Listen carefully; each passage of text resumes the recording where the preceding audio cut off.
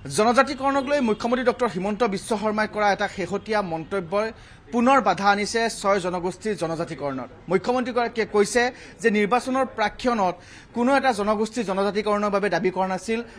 জনগোষ্ঠীসমূহৰ দল সংগঠনে বা যি 6 জনগোষ্ঠীৰ দল সংগঠন আছে সেই 6 জনগোষ্ঠীৰ দল সংগঠনে নিৰ্বাচনৰ প্ৰাক্ষণত জনজাতিকৰণৰ দাবী নকৰা বুলি মুখ্যমন্ত্ৰীগৰাকীয়ে এটা মন্তব্য কৰিছে, যি মন্তব্যৰ পিছত স্বাভাৱিকতেই পুনৰবাৰ প্ৰশ্ন উঠিছে যে সঁচাকৈয়ে 6 জনগোষ্ঠীৰ জনজাতিকৰণ সম্ভৱনে। এই সন্দৰ্ভত আমি কথা পাতিম। আমাৰ সৈতে উপস্থিত আছে চুতীয়া যুৱ সন্মিলনৰ সভাপতি কৌস্তৱ কিশোৰ চুতীয়া। আপোনাৰ পৰা শেহতীয়া মুখ্যমন্ত্ৰীগৰাকীৰ যিটো শেহতীয়া মন্তব্য সেই সন্দৰ্ভত কথা পাতিবলৈ যত্ন কৰিম। মুখ্যমন্ত্ৰীগৰাকীয়ে কৈছে যে নিৰ্বাচনৰ প্ৰাক্ষণত জনজাতিকৰণ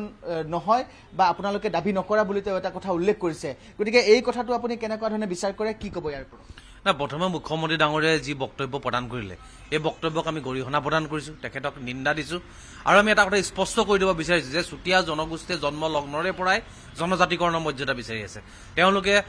স্বাধীনতাৰ আগৰ পৰাই বা স্বাধীনতাৰ পিছৰ পৰাই এই অধিকাৰৰ পৰা বঞ্চিত হোৱাৰ পিছত তেওঁলোকক আজি এই মুহূৰ্তত আমাক প্ৰদান কৰিলে এতিয়াই লাগে আমাক জনজাতিকৰণ। আমিতো কোনো নিৰ্বাচন বা কিবা আমি সময়সীমা ধাৰ্য কৰা নাই। কিন্তু কথাটো হ'ল মুখ্যমন্ত্ৰী ডাঙৰীয়াই নিৰ্বাচনী ইস্তাহাৰত 6 জনগোষ্ঠীক জনজাতীয় মৰ্যাদা প্ৰদান কৰিম বুলি প্ৰতিশ্ৰুতি প্ৰদান কৰিছিলে। আৰু এতিয়া তেওঁলোকে নিশ্চিতভাৱে দিছপুৰৰ কাৰোবাৰ শ্ৰুতলিপিত এই যি প্ৰতিশ্ৰুতি প্ৰদান কৰিছিলে এই প্ৰতিশ্ৰুতি পালন কৰাত তেওঁ ব্যৰ্থ হৈছে। আৰু সেয়েহে তেখেতে 6 জনগোষ্ঠীৰ সংগঠনসকলক বা চুতীয়া জনগোষ্ঠীৰ সংগঠনসকলৰ গালৈ ঠেলি দি তেওঁ নিজে দায়মুক্ত হ'বৰ কাৰণে চেষ্টা কৰিছে। আচলতে বৰ্তমান সময়ত 6 জনগোষ্ঠীয় ৰাইজে যিদৰে জনজাতিকৰণৰ সপক্ষে প্ৰতিবাদ কৰিছে, ৰাজপথলৈ স্বতঃস্ফূৰ্তভাৱে ওলাই আহিছে, এই যি স্বতঃস্ফূৰ্ত ৰাইজৰ সঁহাৰি, এই সঁহাৰিত তেওঁ ভীতিগ্ৰস্ত হৈছে, তেখেতে ভয় খাইছে। আৰু 6 জনগোষ্ঠীয় দল সংগঠনসমূহৰ ৰাইজৰ মাজত থকা যি গণভিত্তি, এই গণভিত্তিক বিচ্ছিন্ন কৰি এক সন্দেহৰ আৱৰ্তৰ মাজলৈ সংগঠনৰ নেতৃত্বক ঠেলি দিবৰ কাৰণে তেখেতে এয়া এক ভুৱা ষড়যন্ত্ৰ ৰচনা কৰিছে। 6 জনগোষ্ঠীয় ৰাইজে এই ষড়যন্ত্ৰত কেতিয়াও ভুল নাযায়। ইতিমধ্যে অসমৰ মুখ্যমন্ত্ৰী ডাঙৰীয়াৰ এই যি তেওঁ প্ৰতিক্ৰিয়া প্ৰদান কৰিলে এই প্ৰতিক্ৰিয়াৰ বিপক্ষে আমি 6 জনগোষ্ঠীয় দল সংগঠন একত্ৰিত হ'ম আৰু তেওঁৰ বিপক্ষে আগন্তুক নিৰ্বাচনত আমি কিন্তু উচিত প্ৰত্যুত্তৰ দিবৰ কাৰণে হাত টঙালি বান্ধিম। আৰু এটা কথা, মুখ্যমন্ত্ৰীগৰাকীয়ে কৈছে যে 6 জনগোষ্ঠীৰ জনজাতিকৰণত এটা সিদ্ধান্ত বিচাৰিছিল দল সংগঠনসমূহে, আমি সিদ্ধান্ত দিছোঁ। গতিকে এনেকুৱা হ'ব পাৰে নেকি যে পূৰ্বেও যেনেধৰণে এই গোটেই প্ৰতিশ্ৰুতিটো ফুটুকাৰ ফেনত পৰিণত হৈছিল, মুখ্যমন্ত্ৰীগৰাকীৰ শেহতীয়া যিটো মন্তব্য যে দল সংগঠনে বিচৰা নাছিল, 6 জনগোষ্ঠীৰ সংগঠনে বিচৰা নাছিল যে তেওঁলোকে নিৰ্বাচনৰ প্ৰাক্ষণত হওক, তেওঁলোকে কেৱল এটা সিদ্ধান্ত বিচাৰিছিল, আমি সিদ্ধান্ত দিছোঁ। গতিকে কেৱল এটা সিদ্ধান্ত দিয়ে গোটেই বিষয়টো সামৰিব বিচাৰিছে নেকি? না, 6 জনগোষ্ঠীয় ৰাইজে বা 6 জনগোষ্ঠীয় দল সংগঠনে সিদ্ধান্ত কেতিয়াও বিচৰা নাই। 6 জনগোষ্ঠীয় দল সংগঠনে বিচাৰিছে ফলাফল, তেওঁলোকে বিচাৰিছে জনজাতীয় মৰ্যাদা, আৰু জনজাতীয় মৰ্যাদা বিচাৰিয়ে তেওঁলোকে ৰাজপথলৈ ওলাই আহিছে। ইয়াত কিবা সিদ্ধান্ত মানে তেখেতে কি বুজাব বিচাৰিছে আমি এইটো বুজি পোৱা নাই। সিদ্ধান্ত বা আমি ফলাফল বিচাৰিছোঁ যে 6 জনগোষ্ঠীয় ৰাইজক জনজাতীয় মৰ্যাদা প্ৰদান কৰিব লাগে। আৰু তেওঁ এতিয়া মন্ত্ৰী গোটৰ প্ৰতিবেদন এখন দাখিল কৰি, যিখন অত্যন্ত আশাপূৰ্ণ, তেখেতে প্ৰথম যেতিয়া মন্ত্ৰী গোটৰ প্ৰতিবেদনখন দিছিল সেই সময়ত আমি ভাবিছিলোঁ যে ই এক আশাৰ ৰেঙনি সৃষ্টি কৰিব, ই 6 জনগোষ্ঠীয় ৰাইজৰ সপোনক বাস্তৱত প্ৰতিফলিত কৰিবৰ কাৰণে নিশ্চিতভাৱে আমাক এখোজ আগবঢ়াই নিয়াত সহায়ক হ'ব। কিন্তু শেহতীয়াকৈ আমি প্ৰতিবেদনখন পঢ়িলোঁ, অসমৰ বিভিন্ন চুকে কোনে গৈ যোগ্য অভিজ্ঞ ব্যক্তিসকলে আমি পৰামৰ্শ গ্ৰহণ কৰিলোঁ, আৰু তাৰপিছত আমি এটা কথা নিশ্চিত হৈছোঁ যে এই যিখন প্ৰতিবেদন তেখেতে প্ৰদান কৰিছে এই প্ৰতিবেদনখন আচলতে এটা আভুৱা ভৰা এখন কিতাপ। তাত প্ৰধান যিকেইটা বিষয় উল্লেখ থাকিব লাগে বা যি কাৰণে মন্ত্ৰীগোট গঠন কৰা হৈছিল সেই বিষয়বিলাকক কোনো ধৰণৰ সমাধান নাই। ইয়াত জনগোষ্ঠীবিলাকক নিশেষ কৰি পেলাবৰ কাৰণে এক চক্ৰান্ত ৰচনা কৰা হৈছে। আৰু আগন্তুক সময়ছোৱাত তেওঁলোকে এই গোটেই জনগোষ্ঠীয় সংগঠনবিলাকক যাতে সংগঠনৰ নেতৃত্বক যাতে জনমানসত সেৱা প্ৰতিপন্ন কৰিব পাৰে, তাৰ কাৰণে মুখ্যমন্ত্ৰী মহোদয়ে এনেধৰণৰ আভুৱা ভৰা কথা কৈছে। আচলতে তেওঁ এই ধৰণৰ যিবিলাক কথা কৈছে এইবিলাক আচলতে বহুৱালি। এজন মুখ্যমন্ত্ৰীৰ মুখত এনেধৰণৰ কথা শোভা নাপায়। আমি তেখেতক শেষবাৰৰ কাৰণে সকিয়নি প্ৰদান কৰিছোঁ যে আগন্তুক সময়ছোৱাত 6 জনগোষ্ঠীয় ৰাইজৰ ঐক্য সম্প্ৰীতি ভাঙিবৰ কাৰণে তেওঁ যাতে কোনো ধৰণৰ ৰাজনীতি নকৰে। 6 জনগোষ্ঠীৰ জনজাতিকৰণ ৰাজনীতিৰ ঊৰ্ধত এটা বিষয়, অসম আৰু অসমীয়াৰ ভৱিষ্যতৰ বিষয়। গতিকে এই বিষয়ক লৈ ৰাজনীতি নকৰি ইয়াক এটা সুস্থ সমাধানৰ পথ দিবৰ কাৰণে তেখেতক আমি আহ্বান জনাইছোঁ। আৰু সমান্তৰালভাৱে কাৰ্বি ভূমিত আজি কাৰ্বিসকলে যি ধৰণে নিজৰ ভূমিত অধিকাৰ হেৰুৱাই, ভূমিৰ অধিকাৰ হেৰুৱাই যিদৰে আজি এক জংগী আন্দোলনৰ পদক্ষেপ হাতত ল'ব লগা হৈছে, তেনেধৰণৰ আন্দোলন যাতে অসমৰ ভূমিত যাতে সৃষ্টি হ'ব লগা পৰিৱেশ নহয়, তাৰ কাৰণে মুখ্যমন্ত্ৰী মহোদয়ক আমি সাৱধান বাণী জনাইছোঁ। প্ৰতিবেদনখন প্ৰস্তুত কৰাৰ পূৰ্বৰে পৰা দাখিল হোৱাৰ পূৰ্বৰে পৰা বা দাখিল হোৱাৰ পৰৱৰ্তী পৰ্যায়ত বিভিন্ন সময়ত দেখিবলৈ পোৱা গৈছে ট্ৰাইবেল সংঘই ইয়াৰ বিৰোধিতা কৰিছে, মন্ত্ৰী গোটৰ অধ্যক্ষ ৰণোজ পেগুৰ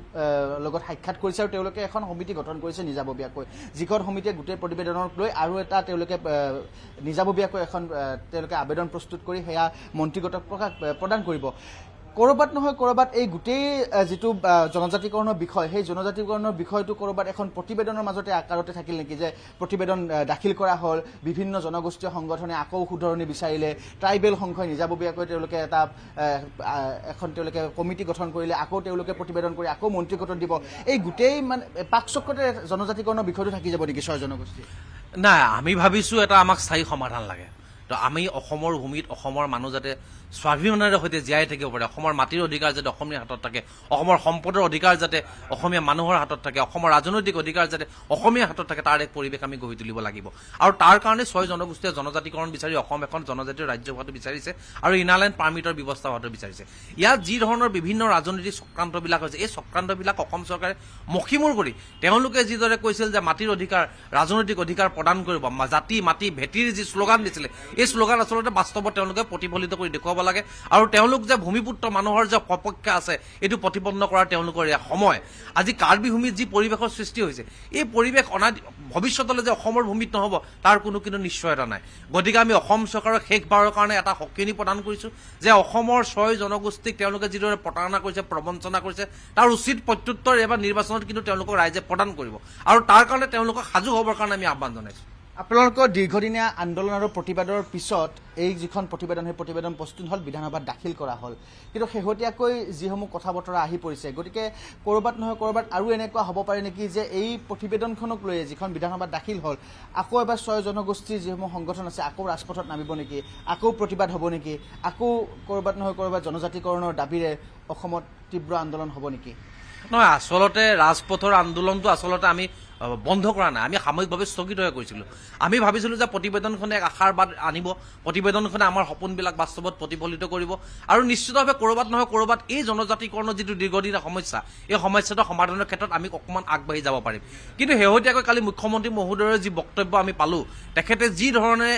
এক বহুৱালীৰ কথা প্ৰকাশ কৰিলে তাৰপিছত আমি আচলতে তেওঁৰ ওপৰত আস্থা বিশ্বাস সম্পূৰ্ণৰূপে হেৰুৱাই পেলাইছোঁ আজি ৰাতিপুৱা আমি 6 জনগোষ্ঠীৰ বিভিন্ন নেতৃত্বৰ লগত আমি কথা পাতিছোঁ টেলিফোন যোগে অতি সোনকালে আমি বহিম আৰু আমাৰ জনগোষ্ঠীয় সংগঠনখিনিও আমি একত্ৰিত হৈ আমি ইয়াৰ বিপক্ষে কেনেধৰণে আচলতে তেখেতক প্ৰত্যুত্তৰ দিব পাৰিম তেওঁ কৰা যি প্ৰতাৰণা প্ৰবঞ্চনা আমি উচিত প্ৰত্যুত্তৰ কেনেদৰে দিব পাৰিম তাৰ এক আমি পৰিকল্পনা কৰিম আৰু নিশ্চিতভাৱে আমি আপোনালোকক মাতি সেই গোটেই পৰিকল্পনাটো আমি জনাম আৰু ৰাইজৰ মাজলৈ যাতে নিৰ্বাচনৰ আগমুহূৰ্তত আমি যাতে তেওঁলোকক শলঠেকত পেলাব পাৰোঁ তাৰ কাৰণে আমি ৰাইজৰ কাষলৈ যাবৰ কাৰণে আমি চেষ্টা কৰিম নিশ্চিতভাৱে এয়া আছিল